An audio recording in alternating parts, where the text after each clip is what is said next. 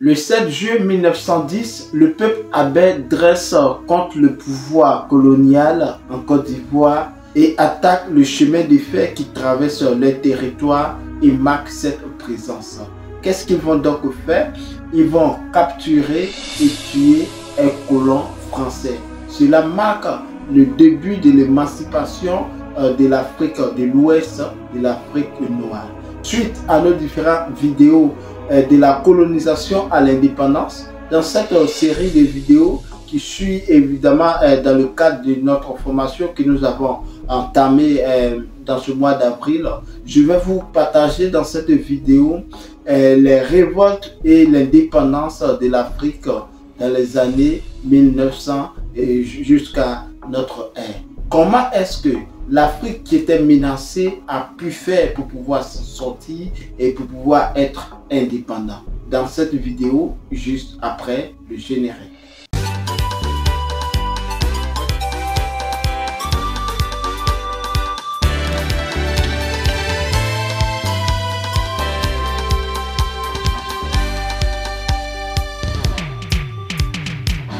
L'émancipation de l'Afrique noire, que dirais-je, de l'indépendance de l'Afrique, marque une nouvelle ère pour le souffle à l'indépendance.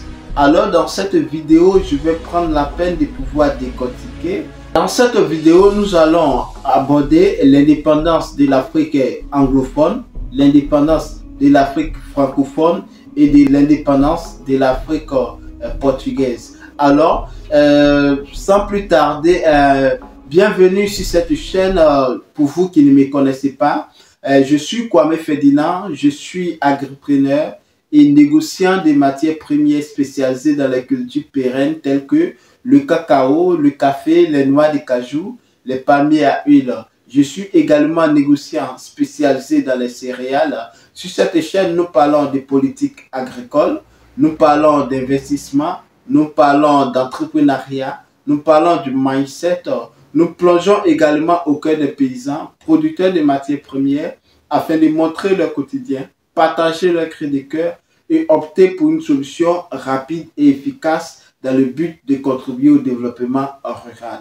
Suite à cette requête d'un internaute qui m'a écrit en privé pour me poser multiples questions, j'ai décidé au cours de ces 2 mois, afin d'établir les bases sur cette chaîne-là, de vous partager le peu d'expérience que je connais dans ce domaine-là sur comment se fait la fixation des prix de nos différentes matières premières agricoles. Alors, dans cette chaîne également, nous mettons l'accent aussi sur l'éducation entrepreneuriale christocentrique sans tabou. Si vous êtes donc en quête d'informations judicieuses, capitales pour le développement de vos business, ou vous comptez lancer dans l'entrepreneuriat, soyez les bienvenus car cette chaîne est faite pour vous. Alors, avant de rentrer dans le vif du sujet, je vais donc vous inviter à vous abonner à cette chaîne. Si vous êtes nouveau, alors activez la cloche de notification afin de recevoir en permanence nos publications sur cette chaîne. N'oubliez pas de partager dans vos différents groupes afin d'agrandir la communauté.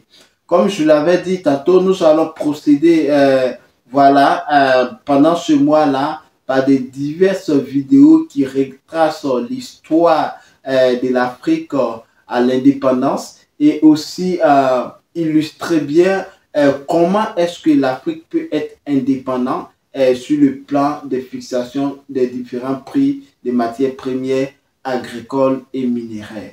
Alors, sans plus tarder, comme nous avons vu dès le début de ce mois, nous avons commencé de la colonisation à l'indépendance et la vidéo passée, nous avons parlé comment est-ce que l'Afrique a été colonisée, comment est-ce que l'Afrique a été partagée. Donc, dans cette vidéo, nous allons procéder maintenant, nous allons parler les thèmes qui sont très capitaux car il s'agit bien de comment est-ce que l'Afrique a fait pour obtenir l'indépendance. Donc, j'avais dit que en premier plan, nous allons parler de l'indépendance anglophone. Alors, il faut savoir que les colons ont pu imposer leur système en Afrique, ils ont pu imposer leur régime ils ont asseoir leur suprématie et en faisant bien évidemment part de leurs différents colons en place. Alors, suite à cela, avec les différentes statistiques qui ont été minées sur la population, les enjeux de la colonisation ont commencé à peser maintenant sur la population africaine. Alors, vous me direz quels ont été les enjeux de la colonisation des colons.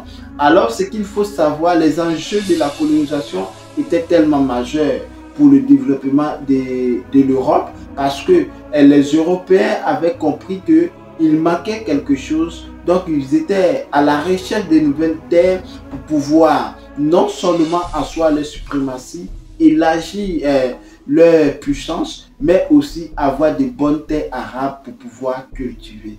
Comme deuxième enjeu, il y a eu aussi le travail forcé qui d'ailleurs, lorsqu'ils sont arrivés sur les différentes terres, ils ont commencé à imposer leurs forces, à imposer leurs principes et qui un peuple qui n'était pas voilà, apprêté à cela, essayer en un premier temps résister, mais ce qu'il faut savoir est que le colon venait avec une puissance, ils étaient bien armés, donc le peuple africain n'a pas pu, je dirais en parenthèse, résister à ce moment-là, donc ils ont pu asseoir leur suprématie.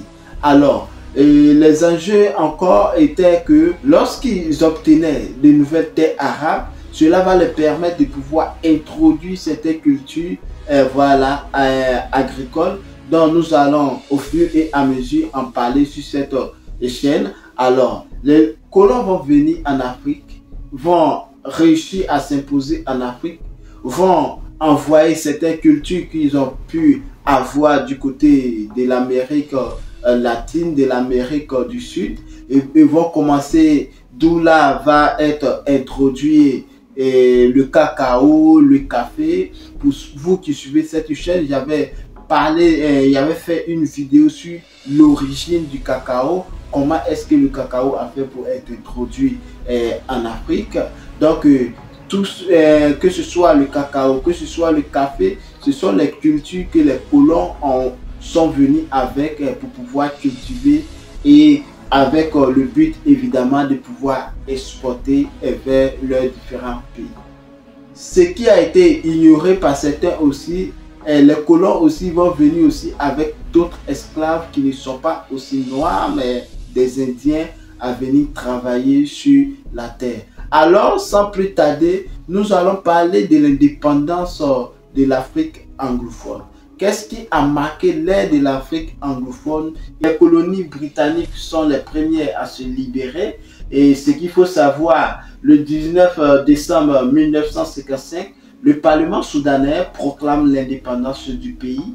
La reconnaissance officielle de l'indépendance du Soudan est accordée 2 semaines plus tard, c'est-à-dire le 1er janvier 1956.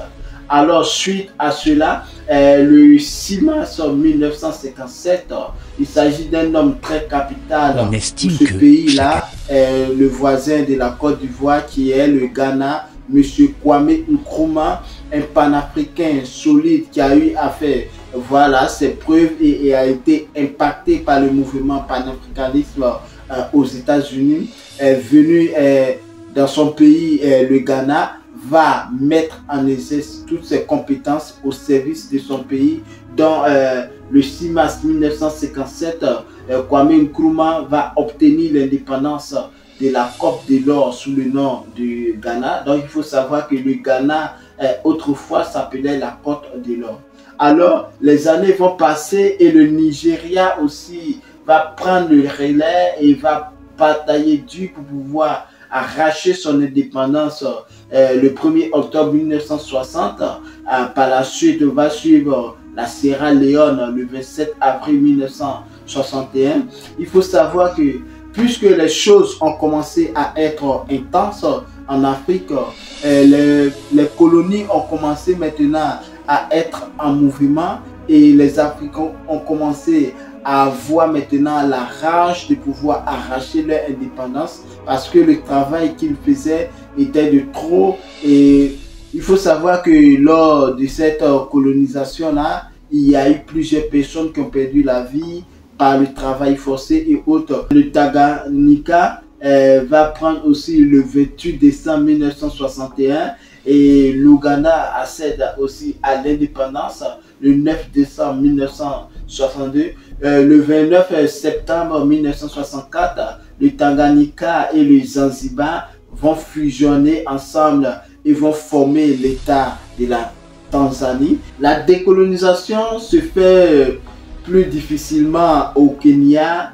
où sévit à partir de 1952 la rébellion des Mau Mau. Donc il faut savoir que c'était un mouvement très voilà qui avait une force, qui a essayé de lutter coûte que coûte. Et ce qui m'a plu dans le mouvement des Mau Mau est qu'il y avait un leader qui ne se laissait pas intimider, pas du tout. La rébellion des Mau Mau, un mouvement militant qui combat la loi coloniale britannique. Le leader nationaliste, donc il faut savoir, M.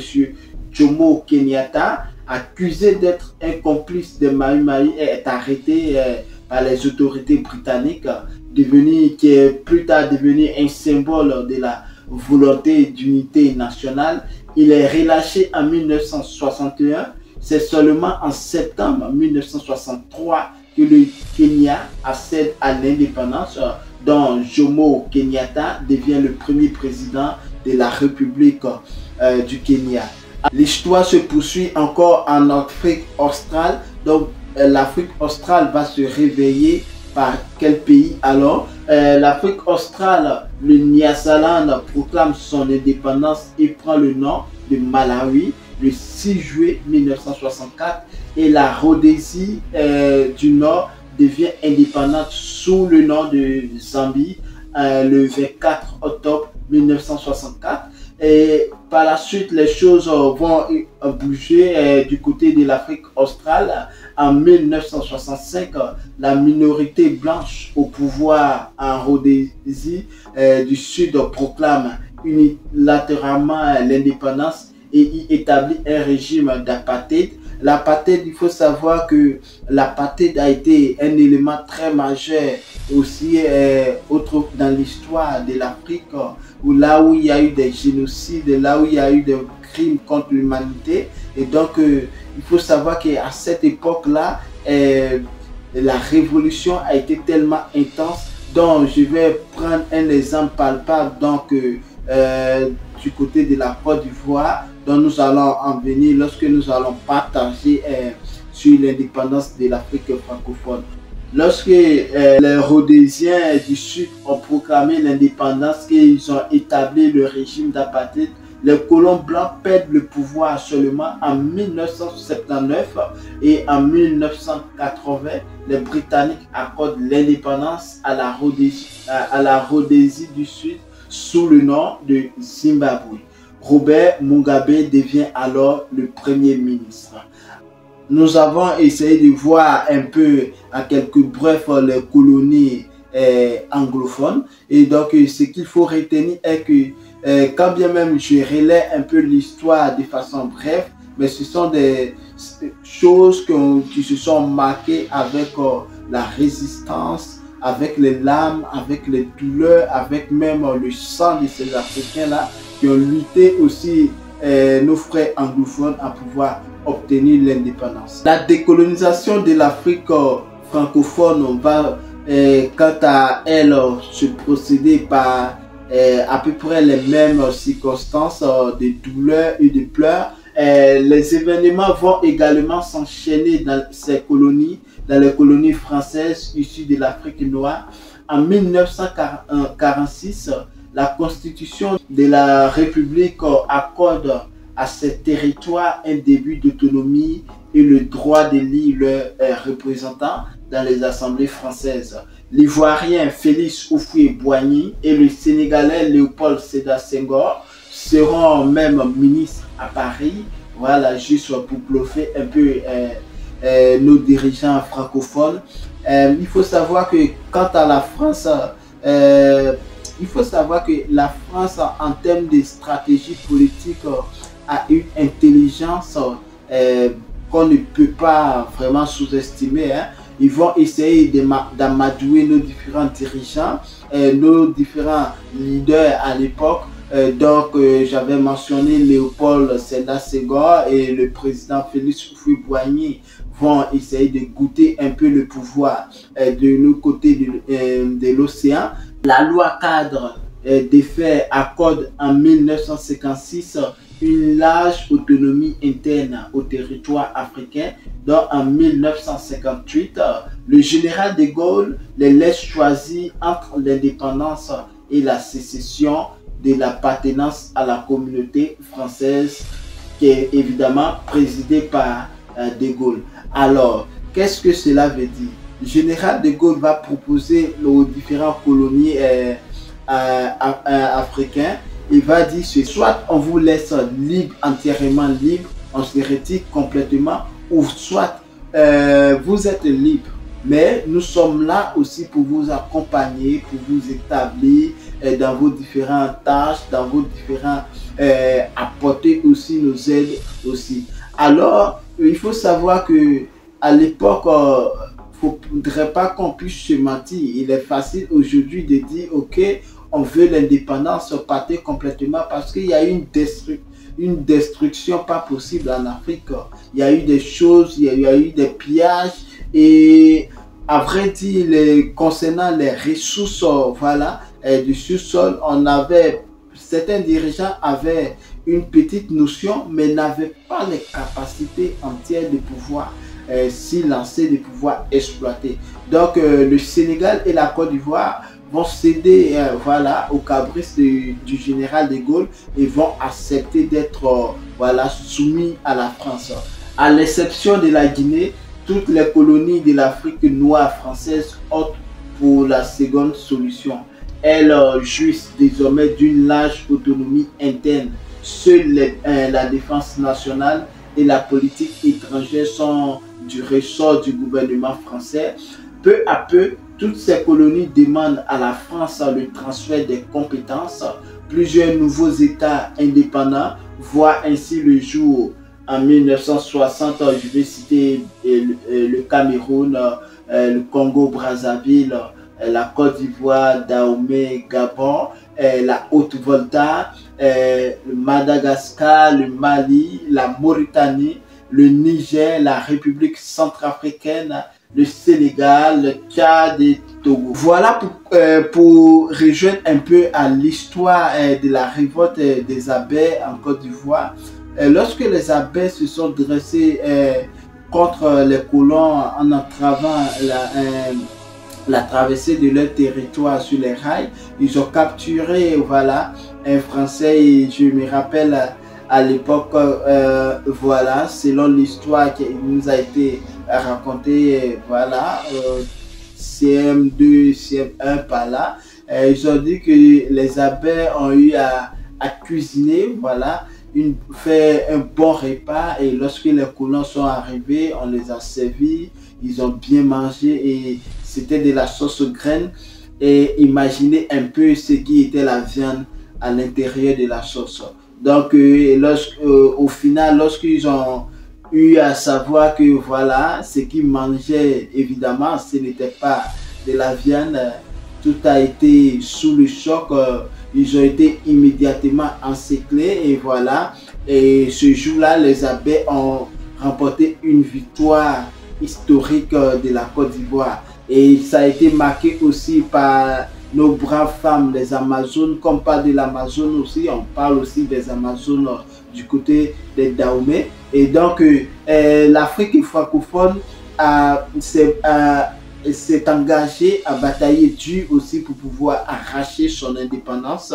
Donc, il faut être fier de cela, peu importe ce qui se passe actuellement. Nous allons aussi rentrer dans un pays francophone aussi qui, son histoire aussi est un peu particulière. Il s'agit de l'histoire du Congo belge. Alors, l'indépendance du Congo belge a été très pénible et que dirais-je, est-ce que le Congo a eu véritablement son indépendance? Parce que grâce aux ressources en or, en cuivre et en uranium, le Congo belge est la plus riche de toutes les colonies européennes en Afrique noire.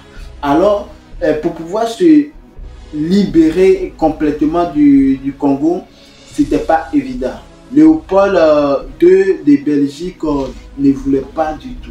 Mais ce sont les chartes qui ont été votées et les colons ont commencé à libérer les différents colonies. Donc pour pouvoir complètement laisser le Congo, le roi belge ne voulait pas du tout. Donc qu'est-ce qu'il va faire pour pouvoir continuer toujours encore à piller ce Congo?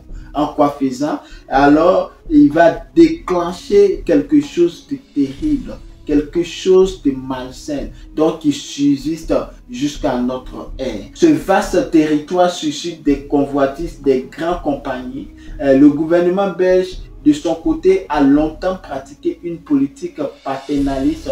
J'avais dit dans la précédente vidéo que le roi de Belgique, Léopold II avait pris le Congo comme sa propriété privée, donc il ne voulait pas du tout s'en débarrasser. Alors d'où vient le nom qui n'a même pas encore été décollé de la bouche de certains Congolais jusqu'à présent, soi-disant le Congo belge. Alors c'est un nom collé, je vais dire qu'une malédiction que les Congolais traînent sur eux en donnant ce titre, le Congo belge. Le Congo n'est pas un territoire, le Congo n'est pas une région de la Belgique. Le Congo c'est le Congo c'est un pays. Alors il est impératif que tout Africain congolaise puisse ôter ce côté belge. En 1960, des émeutes éclatent et la Belgique accorde brusquement l'indépendance au Congo le 30 juin 1960. Qu'est-ce qui s'est donc passé? Mais à peine l'indépendance, le Congo devient la proie des massacres d'Européens et sombre dans une guerre civile. Donc la Belgique libère le Congo, mais la Belgique place encore autre pliant pour pouvoir, lorsque la Belgique libère le Congo, la Belgique va déclencher une guerre civile. Une guerre civile dont nous allons parler des guerres, une guerre tribale. Tout a commencé par une guerre tribale dont les différentes tribus vont commencer à se chamailler entre eux. Et tout cela pourquoi? Pisté toujours par la Belgique. Pendant ce temps-là, le Congo sombre dans une guerre civile progressiste et centralisateur. Le premier ministre Patrice Lumumba s'oppose vite au fédéraliste Kasavubu, est désigné comme président de la République. Et bientôt, la riche province du Katanga est dirigée par Moïse Tshombe, fait sécession et proclame son indépendance. Cette division dégénérait rapidement en lutte sanglante et le conflit congolais s'internationalise avec l'intervention des casques bleus de l'ONU. Donc il faut savoir que les casques bleus ont intervenu depuis les années 1900 et ce n'est pas, d'ailleurs, il faut savoir encore que les casques bleus aussi sont une autre façade des colons pour pouvoir aussi contrôler complètement l'Afrique. Donc en 1961, la situation s'empire encore avec l'arrestation et l'assassinat de Patrice Lumumba. Les troupes prennent seulement fin en 1965 avec le coup d'état du général Mobutu, chef de l'armée congolaise. Il faut savoir que le 1er juillet 1962, deux autres territoires sous tutelle belge, dans le Rwanda et l'Urundi, qui devient plus tard le Burundi, accèdent à la souveraineté et obtiennent leur indépendance. Quant au côté portugais, il faut savoir que de la même manière, chose bizarre, de la même manière, les Portugais ont été les premiers à s'introduire en Afrique. Ils ont aussi été les derniers à libérer de l'Afrique. Il y a eu un combat terrible du côté des Portugais et les habitants qui occupaient les terres. Alors le Portugal occupait au juste quel territoire? Le Portugal a été, comme je l'avais dit, le premier colonisateur de l'Afrique, mais il est également le dernier à quitter le continent. En 1961, tandis tandis que d'autres personnes même déjà ont commencé à fêter leur indépendance, le Portugal est encore sur place. Le Portugal ne veut pas bouger, voilà ce qu'il faut savoir. Donc en 1961, des émeutes éclatent en Angola, au Mozambique et en Guinée-Bissau. Mais le Portugal refuse toujours de céder et les réprime dans le sang. Peu à peu, les soulèvements se généralisent et s'organisent autour du mouvement indépendantiste et des nationalistes. Et ce qu'il faut savoir, il faut attendre la révolution des Orlettes et la chute de la dictature salazariste du Portugal en 1974 et en 1975 pour que l'Angola, le Mozambique, la Guinée-Bissau et le Cap-Vert obtiennent leur indépendance. L'abandon des colonies africaines signifie pour le Portugal la fin de son empire colonial. Ne reste au Portugal que le comptoir de Macao qui revient seulement en 1999 à la souveraineté chinoise. L'indépendance a été marquée par la sueur des Africains et par le sang de nos disparus. Et il faudrait que nous puissions comprendre que l'indépendance a été de la colonisation à l'indépendance. L'Afrique a subi plusieurs traumatismes et a perdu plusieurs de ses richesses, que ce soit nos richesses minéraires, que ce soit nos richesses en termes de trésors religieux, parce qu'il y a eu la déportation massive de plusieurs pierres précieuses de l'Afrique vers l'Europe. Malgré la colonisation, malgré les difficultés que a engendré, malgré les difficultés que l'Afrique a traversées, l'Afrique reste toujours debout. Nous sommes certes indépendants, mais sommes-nous réellement indépendants? J'aimerais que vous me marquiez en commentaire, selon vous, est-ce que l'Afrique est réellement indépendante? Que faut-il donc faire pour que l'Afrique soit complètement indépendant? Si oui, alors que sinon, que pouvez-vous nous apporter comme idéologie afin que les querelles et les disputes qui se vivent encore sur nos différents pays puissent cesser? Alors, c'était Kwame Ferdinand. Si vous avez aimé, n'oubliez pas de vous abonner à cette chaîne, de liker, de partager cette chaîne massivement autour de vous dans vos différents groupes. Nous fermons juste notre petite parenthèse de la base de notre formation, de la colonisation à l'indépendance, afin de pouvoir bien entamer les choses sérieuses demain s'il le faut. Alors, n'oubliez pas de vous abonner afin d'être notifié de toutes les publications que nous allons passer sur cette chaîne. Prenez soin de vous. À très bientôt. À Météo.